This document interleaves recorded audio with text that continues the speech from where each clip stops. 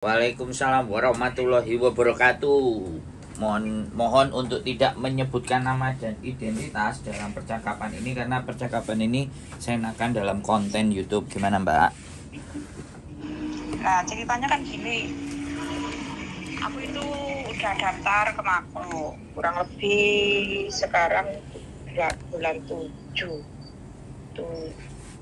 Bulan 8.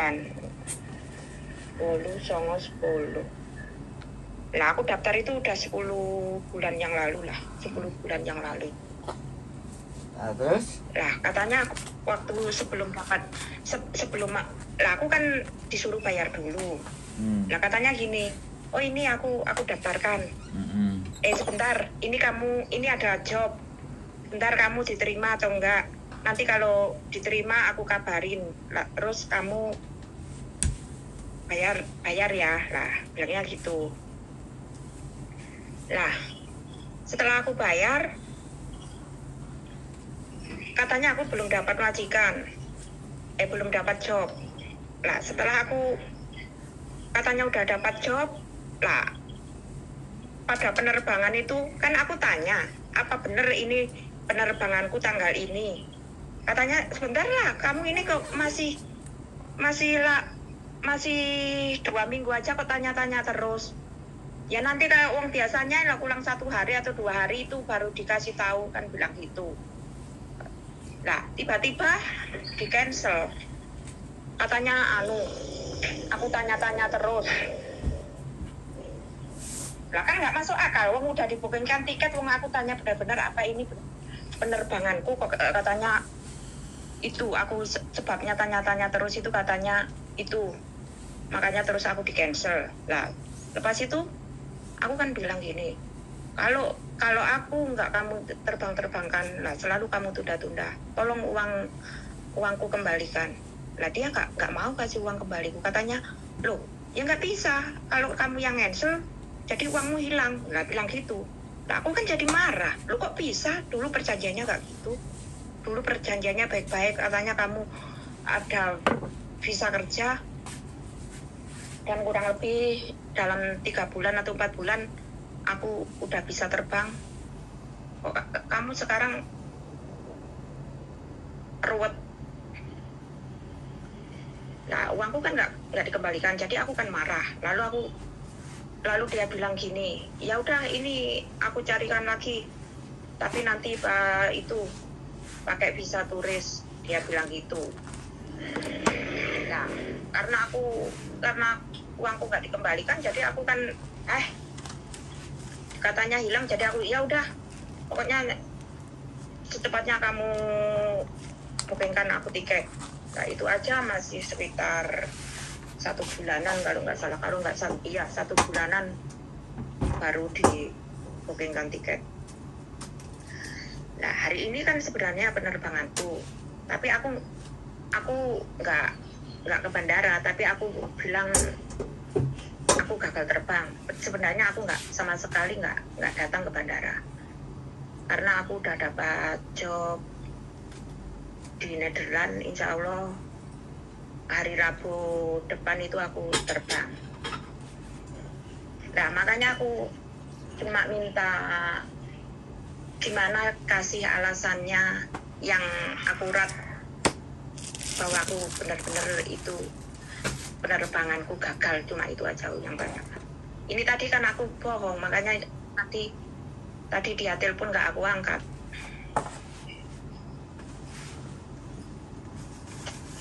Halo? Terus ya. Samen minta aku harus bagaimana? Aku tanya, samen yang mau samen tanyakan apa? Aku kan bilang gini, dia telepon nggak aku angkat. Lalu aku bilang, maaf mbak, aku gagal terbang.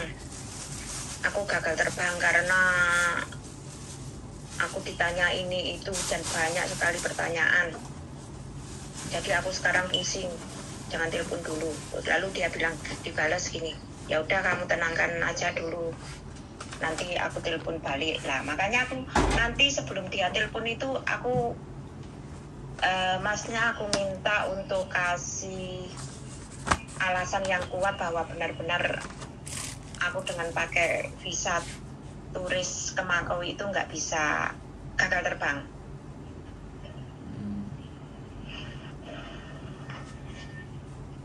Gini Mbak, Mm-mm. yang memutuskan untuk tidak berangkat sampean, yang sampean tanya ke saya suruh bikinin alasan. Iya. Ini kan tidak make sense, tidak masuk akal, boleh nggak saya bilang kayak gitu? Ya apa yang sampean sampaikan tadi ya sampaikan aja sama mereka, kan selesai toh. Jadi kalau sampean bertanya sama saya dan melibatkan, Enggak, maksudnya gini. Maksudnya yang ini loh, kan aku belum pernah ke bandara sih. Nah, biasanya anak-anak itu katanya yang gagal terbang itu ditanya ini itu. Lah, yang dimaksud ini itu apa gitu loh. ya sampean kalau bilang sebentar, aku ngomong dulu. Sampean kan tadi udah ngomong tuh sekian menit kan. Sekarang giliran aku ngomong, boleh nggak? Jangan dipotong dulu ya, oke? Ya. Nah, jadi biar fair ngomongnya, nggak sampean ngomong aja. Kalau sampean mau ngomong aja, aku jadi pendengar bisa. Mau 1 jam sampean ngomong bisa. Tapi kan pertanyaannya kebutuhan sampean apa, kan itu yang saya tanya. Oke, sekarang sampean tak jelasin dulu ya. Yang pertama aja, Indonesia belum ada hubungan pekerjaan dengan Makau. Itu yang harus sampean tahu. Jadi untuk terbitnya konten saya per hari ini tanggal berapa ini harus, karena nanti takutnya dilihat di 2 bulan 3 bulan mereka sudah bikin kerjasama kan, saya bisa diklaim salah. Ini per tanggal 15 ya, hari Selasa ya. Per 15 Agustus ini Indonesia sama Makau belum berbicara tentang hubungan kerja. Yang sudah ada di Hong Kong, makanya di Hong Kong bisa masuk PT. Kalau di Makau itu belum ada. Jadi pekerjaan yang di Makau, jadi kalau pekerjaan yang di Makau itu semuanya berdasarkan mandiri. Dan kalau mandiri biasanya dijadikan permainan. Makanya kenapa jobnya sampean belum jelas? Karena sampean memberikan orang Indonesia. Tapi kalau sampean teleponan sama anak-anak yang sudah ada di Makau, itu kemungkinan pekerjaannya memang masih ada. Tapi sampean dicasnya ugal-ugalan. Potongan di Hong Kong itu masih bisa dilaporkan karena masih ada hubungannya dengan pemerintah. Tapi kalau di Makau kalian sampean semuanya akan lapor, ya bingung katanya bukteknone piye, karena belum ada kerjasama terbangun.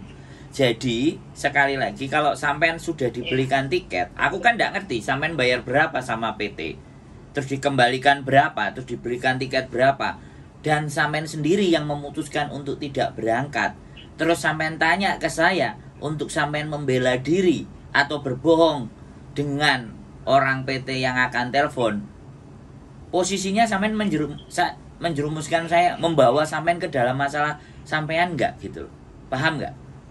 Jadi konteksnya itu sampean harus ngerti. Bukan orang PT kok. Cuma bukan agen apapun ya. Oke, apapun kan sampean berhubungan dengan dia dan saya tidak tahu. Benar enggak? Tapi sekali lagi, kalau anak-anak yang berangkat ke Makau itu memang tujuannya dia turis. Ketika tujuannya turis, dia bisa memberikan alasan apapun, berbagai macam alasan untuk tetap terbang. Kalau sampean bertanya sama saya alasannya nggak terbang, sedangkan sampean sendiri juga nggak ke bandara, apakah saya juga tidak termasuk sampean ikutkan dalam membohongi orang? Bener nggak? Boleh sampean dibohongin sama mereka, tapi jangan sampai sampean yang berbohong sama mereka gitu loh Mbak. Boleh kita dibohongin orang, tapi jangan kita membohongin orang kembali. Itu prinsip saya Mbak. Bisa dipahami nggak? Jadi kalau sampean tanya ke saya, jawaban sampean sendiri yang sampean pikirkan itu sampaikan ke dia juga. Ditanyain macam-macam dan ABCD dan akhirnya aku nggak bisa terbang, kan selesai. Nggak perlu minta tambahan keterangan dari saya. Kan seperti itu gitu loh Mbak. Jadi ini pertanyaan saya adalah konteksnya sampean itu mau membohongi balik dia karena sampean mau berangkat ke Belanda, malah sampean jujur kepada saya, tidak jujur sama mereka. Harusnya jujur aja sama mereka gitu loh Mbak. Bisa dipahami nggak? Dan sekali lagi, sampean ke Belanda lagi, aku juga nggak ngerti bayarnya bagaimana, sistemnya juga seperti apa. Soalnya sekarang Indonesia di setiap bandara itu ada program pengetatan karena TPPO, tindak pidana penjualan orang. Jadi keberangkatan yang unprosedural, tapi ya saya tetap tidak juga membela pemerintah. Karena pemerintah sendiri gagal memberikan lapangan pekerjaan buat teman-teman, sehingga teman-teman juga harus berjuang sendiri di luar negeri. Kan kayak gitu tuh Mbak. Jadi pada prinsipnya kita harus pintar-pintar jaga diri kita sendiri-sendiri. Kalau saya pengalaman saya pernah jadi turis di Hong Kong 23 bulan. Itu saya. Karena tidak semua orang bisa seperti saya walaupun belajar. Gitu loh Mbak. Nah sekarang kalau sampean tanya ini itunya apa, ya berarti sampean podaya aku ngajari sampean untuk berbohong sama orang sampean tadi yang sampean ajak hubungan. Wis sampean ngomong aja gak iso terbang, aku senang londong ini ae. Lah sampean kan masih mengharapkan uang sisa yang kembali, atau aku nggak ngerti kenapa sampean nggak terus terang aja gitu. Balik hilang yo hilang. Makanya karena waktu sampean mau masuk ke Makau, kenapa sampean juga nggak bertanya dengan saya? Sampean bertanyanya ke saya setelah ada masalah. Ini loh yang teman-teman, kadang-kadang teman-teman itu punya masalah dan dia di posisi yang salah, tapi minta pembenaran, kan repot Mbak. Bener nggak saya ngomong? Nah, jadi sekali lagi saya tidak marah sampean telepon sama saya, tapi saya harus jelaskan ke sampean bahwa ke Makau itu belum ada prosedur resmi. Itu loh Mbak. Dan sekarang banyak sekali teman-teman yang merasa tertipu dengan TikTok, karena saya tidak main TikTok. Jadi saya nggak bisa, atau tertipu di Facebook karena saya tidak Facebook, tidak TikTok. Saya di YouTube. Dan di YouTube anak-anak kalau di Indonesia nontonnya kuotanya mahal. Saya tahu itu gitu loh Mbak. Makanya kampanye saya, berita-berita dan informasi dari saya itu tidak termakan oleh teman-teman. Jatuhnya salah satunya adalah sampean. Di channel YouTube saya itu saya sebenarnya juga ngajak anak-anak yang kerja di Polandia itu bagaimana awal prosesnya. Semuanya sekarang banyak-banyak orang iming-imingi berangkat jadi turis. Kalau saya dari dulu tidak pernah percaya. Makanya saya ke Hong Kong berangkat sendiri, by turis, by saya sendiri. 6 bulan saya research, saya teliti di Hong Kong ini di mana duduknya, di mana saya nanti tinggal kalau saya nggak nginep di hotel, saya tidur di mana, WC-nya bagaimana, itu saya pelajari sendiri semua Mbak, melalui sosial media yang ada. Akhirnya di 6 bulan baru saya berangkat ke Hong Kong. Nah, sampean juga harus belajar apakah benar gitu, apakah iya, apakah seperti itu gitu. Jadi kayak gitu Mbak. Makanya sampean telaah sendiri. Kalau memang sampean mau berbohong sama mereka, tolong please jangan libatkan saya dalam kebohongan sampean. Bisa dipahami nggak? Makanya ini tak konten Mbak, gitu loh. Terus terang ya, aku ngerti sampean salah langkah, keliru dari awal. Tapi diakui saja gitu loh, nggak apa-apa. Orang mengakui kesalahan itu tidak harga diri jadi jatuh. Diakui saja, udah aku malas ke Makau, gak mood. Wes, kowe balekno duit apa ora, ilang apa ora, kan kayak gitu. Sampean ngomongnya tadi kan, jadi sampean jujur ke saya, jadinya udah baliklah sampean jujur aja, nggak apa-apa. Jujur itu tidak menyengsarakan kita kok Mbak. Justru jujur nanti akan membawa kita ke hal yang jauh lebih baik. Tapi kalau hidup kita selalu kita tutupi dengan banyak kebohongan. Iya, yang sebenarnya aku nggak punya maksud sih mau bohong, itu nggak punya maksud. Nah dulu kan perjanjiannya baik-baik. Nah aku marahnya itu gini, dulu katanya iya seandainya nanti ada masalah gini uangku bisa kembali kan? Iya bisa. Oke, sebentar, stop. Oke, saya potong, mohon maaf. Kalau dia bilang kayak gitu urusannya polisi. Kalau sampean minta uangnya kembali, sampean pegang perjanjian itu enggak? Sampean ada bukti rekodan enggak? Bukti chat apa enggak?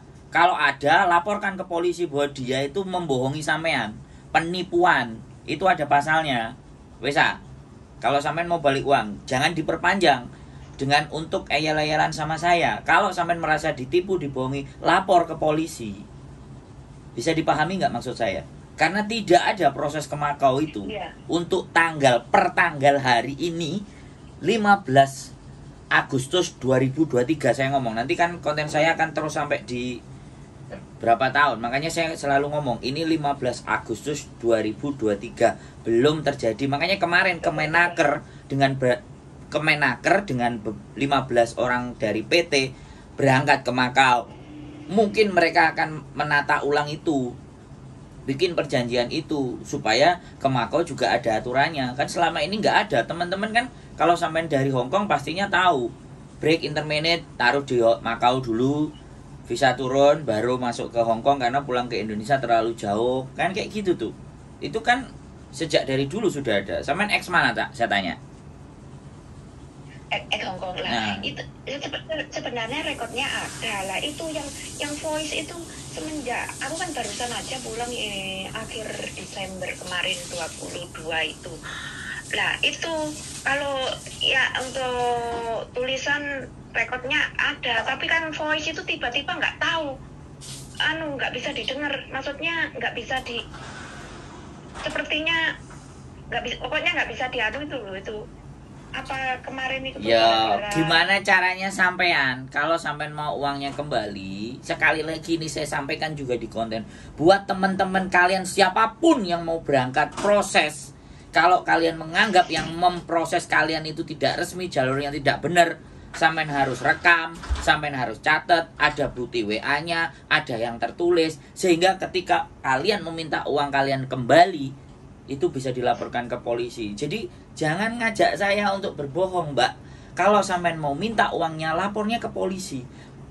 Kumpulkan bukti-bukti sampean, data-data sampean dengan dia. Ya, kan kalau sebentar, kalau sampean nggak ada, ya sudah terima nasib sampean, gitu loh. Kalau nggak ada bukti, apalagi? Ada bukti. Ya sudah. Posisinya dia di Makau. Seandainya dilaporkan polisi sini, gimana cara melaporkan? Ya nggak apa-apa, dilaporkan saja. Kejahatan cybercrime kan ada, KTP-nya ada, gitu loh. Makanya berhati-hati. Kalau dia posisi ada di, makanya saya tidak menyarankan teman-teman itu berangkat ke Makau. Iya kan? Terus transfer uangnya duluan. Itu saya sangat tidak menyarankan. Sampai nonton konten saya baru berapa? Saya nggak tahu nih. Atau sampai nggak pernah nonton konten saya terus sampai dikasih nomor teman sampai terus telepon. Bukan.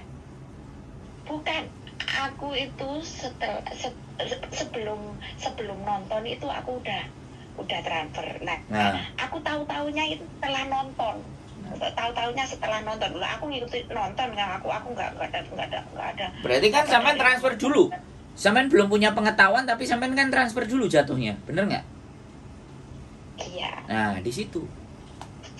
Saya kesalahanku di situ. Nah, diakui nggak apa-apa. Saya enak kok kalau diajak ngomong. Lah ya memang aku akui kesalahan. Ya udah dilaporin. Nggak apa-apa, laporannya kasih somasi nggak apa-apa. Nanti laporan dari kepolisian kirimkan ke dia, kamu tak laporin ke polisi.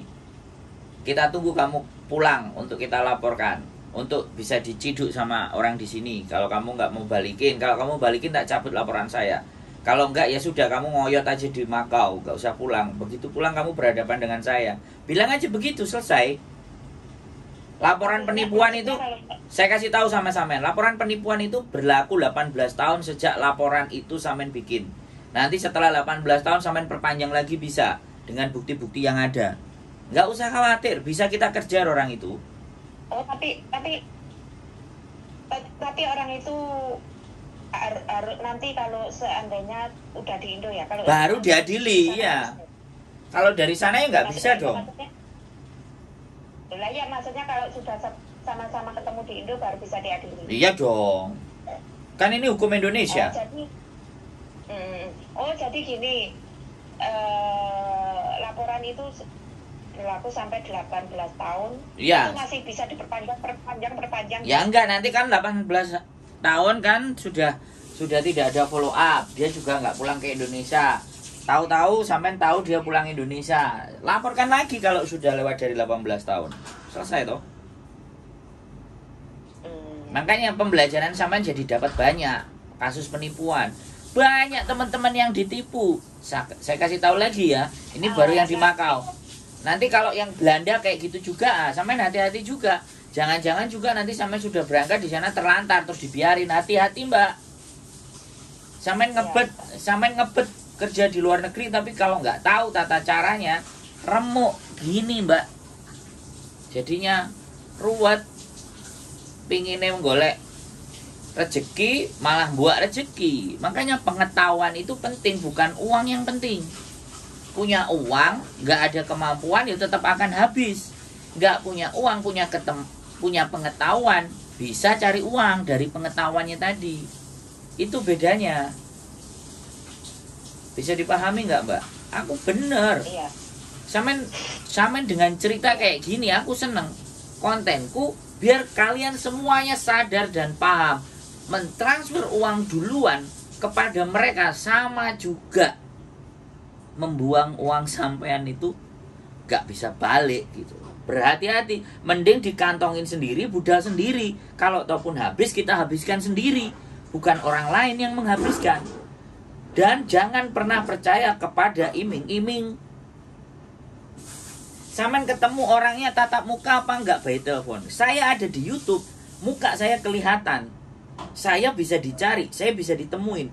Kira-kira kalau dia sama saya, mana yang lebih bisa dipercaya? Saya tanya sama sampean. Ya masih. Nah, sampean harus cari info kepada orang-orang yang bisa dipercaya. Saya aja yang sudah lan-lanan kelihatan di muka aja masih banyak eternya yang nggak senang. Apalagi yang nggak kelihatan. Justru orang-orang yang tidak menunjukkan jati diri dan mukanya itu yang wajib dan patut dicurigai. Bisa dipahami nggak? Oke, sekarang gini aja solusinya, ya. Kalau yang samen kirimin orang yang di Makau, ya sudah, sebarin aja nggak usah, lapor aja ke polisi, surat pengaduannya polisi, WA aja ke dia. Kamu menipu saya. Oke, saya tunggu aja kamu di Indonesia. Kapan kamu nanti pulangnya? Tak perhatikan. Gitu aja selesai. Nah, masalahnya sampean by telepon-telepon tok. Datanya ada nggak? KTP-nya ada nggak? Kejelasannya nggak? Wong jelas KTP, data semua kejelasan nggak ada, sampean juga transfer ke dia. Nah, itu kan yang bikin saya bingung. Lah iya makanya seandainya lapor itu gimana? Seandainya lapor itu ya sampean harus pegang datanya dia komplit. Nama siapa, nomor KTP-nya berapa, alamatnya di mana. Wong sampean aja. Alamat ada. Alamat ada. Ya sudah. Ya sudah, laporkan aja. Banyak orang-orang dilaporkan gara-gara begitu. Tapi cuma itu KTP-nya yang nggak ada. Nah, ya sampean cari tahu bagaimana caranya, karena kan sampean melaporkan ke polisi kalau orangnya nggak jelas. Nah ini loh, orang nggak jelas, sampean transferin duit, mending sampean transfer duit nang aku mbak jelas. Nek aku gak beres karo sampean tinggal nglaporno aku nang polisi, selesai kan? Lah iya maksudnya kesalahanku aku. Nah itu yang harus sampean akui dulu. Sampean salah di awal. Jadi jangan, saya sekali lagi banyak orang cerita itu dia yang salah, tapi piye salah iki terus ditulungi. Uang sudah keluar dari tangan, mau balik lagi. Nah ini orang saya juga bisnis sama teman saya, uang sudah saya keluarin, waktu sudah saya kasih, ya sama aja pernah pernah saya merasakan kayak sampean. Dan manusianya masih hidup, dan sahabat karib saya juga sama aja ditipu. Nggak semua nggak sedikit orang mbak yang merasakan tertipu. Saya juga pernah tertipu juga dalam hidup saya.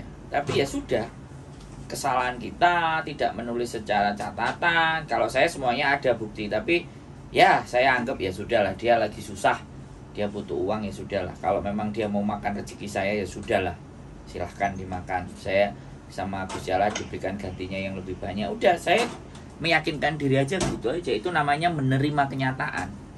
Karena kesalahan, mengakui kesalahan, udah cukup. Jadi jangan sampai panjang-panjangin lagi, repot gitu loh. Ya kalau dilaporkan, cari identitasnya dia. Cari itu detektif-detektifan. Sama seperti konten-konten saya yang sudah ada. Kalau kalian merasa ditipu, cari data-data penipu kalian komplit dan lengkap, baru bisa dilaporkan. Sekarang pertanyaan saya, kalau pakai logika, ya kan? Kita ngirim uang, kita nggak pernah ketemu orangnya, kita nggak paham orangnya, kita nggak kenal orangnya, kok bisa? Nah itu loh, berarti kan kita memang tergiur dengan iming-iming, dengan harapan-harapan, dan kita ambisi gitu loh. Saya juga pernah mengakui teman saya punya keahlian, pinter, fokus, ya kan? Terus nggak kerja, ya saya bantu. Tapi pada kenyataannya kan sama, berarti kan saya salah. Kalau saya salah, saya cuma menyadari ada sebagian harta saya yang belum tersucikan, sehingga diambil paksa dengan cara-cara yang seperti itu. Kita tidak mengembalikan atau tidak mengevaluasi kepada diri kita sendiri. Kadang-kadang bisanya cuma nyalain orang, kamu ngapusi aku. Mau diapa-apa, ya wis kapusan toh. Kapusan kehilangan uang. Kalau kehilangan uang kan kehilangan harta. Kehilangan harta jadi kehilangan sesuatu yang kita miliki. Berarti kalau kita kehilangan sesuatu yang kita miliki, ada di zaman dulu yang kita dapat tapi tidak kita bersihkan. Makanya seperti itulah, karena Gusti Allah itu nggak kerjanya nggak cuman memberi, tapi ngambil juga. Nyawa itu kan diambil loh. Sing ngambil ya Gusti. Gak cuma nyawa, harta pun bisa diambil. Rumah pun bisa dirobohkan dengan berbagai macam cara apapun. Mau gempa, mau topan, mau badai, mau sengketa. Itu kan artinya apa yang kita miliki itu sebenarnya tidak benar-benar jadi hak milik kita. Sakwaya-waya bisa disikat, bisa diambil karo Gusti Allah. Kok bahasaku kok kasar, disikat, diambil pun secara paksa tanpa izin kita. Ya sama, dia mau ngasih rezeki ke kita pun ya nggak perlu izin ke kita. Kowe tak kayak rezeki kan nggak begitu juga. Kowe tak kayak rezeki akeh gelem apa ora kan nggak begitu juga. Wes iki jatahmu. Wah, kowe gak tahu bagi-bagi karo kancane, tak sikat wekmu sakmene iki game bagi kancane. Ya selesai lho. Wes Mbak, sudah. Dari titik ini sampean sudah bisa memahami ya. Cari datanya yang komplit, laporkan ke polisi, laporan polisi WA-kan ke dia, biar dia juga berpikir. Hati-hati ya.